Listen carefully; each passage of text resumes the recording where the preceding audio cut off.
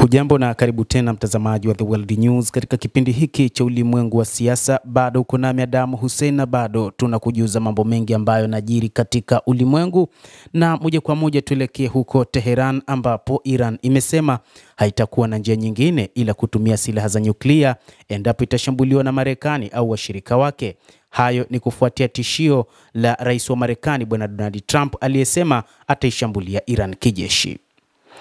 Ali Larijani, mshauri wa kiongozi mkuu wa Iran Ayatollah Al-Khamenei, amesema kwenye mahojiano na televisheni ya taifa ya Iran kwamba hawaelekei kwenye kuunda silaha za nyuklia, lakini ikiwa Marekani itafanya makosa katika suala hilo, basi Iran italazimika kuelekea kwenye mkondo huo kwa sababu inapaswa kujilinda.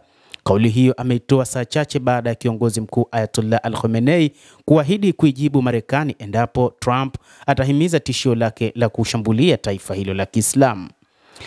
Larijani amesema kauli hiyo ya kiongozi mkuu kwamba Iran italazimika kuchukua hatua tofauti iwapo Marekani itaishambulia nchi yake kwa mabomu au kupitia kwa Israel. Anasema, tumesema kuna amri ya kidini inayokataza kutengeneza silaha za nyuklia. Tunatoa ushirikiano kwa shirika la kimataifa la kudhibiti nishati ya nyuklia IAEA, na hivyo hatupangi kujielekeza kwenye silaha za nyuklia.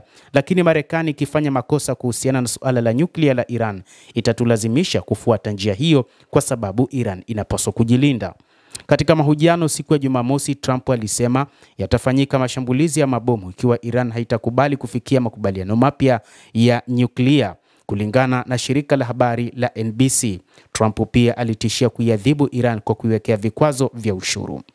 Wizara ya mambo ya nje ya Iran pia ilitishia kikao cha ubalozi wa Uswisi ambapo unawakilisha maslahi ya Marekani nchini Iran hapo jana Jumatatu kupinga vitisho vya Rais Donald Trump.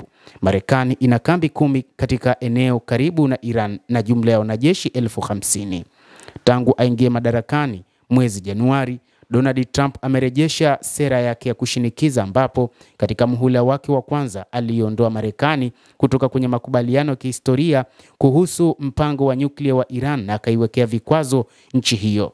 Hata hivyo, taifa hilo la Kiajemi sasa limekuwa likishinikizwa na Marekani na limesema halipo tayari kukubali uonevu unaofanywa na Marekani na lipo tayari kujibu lolote ikiwa Marekani itahitaji.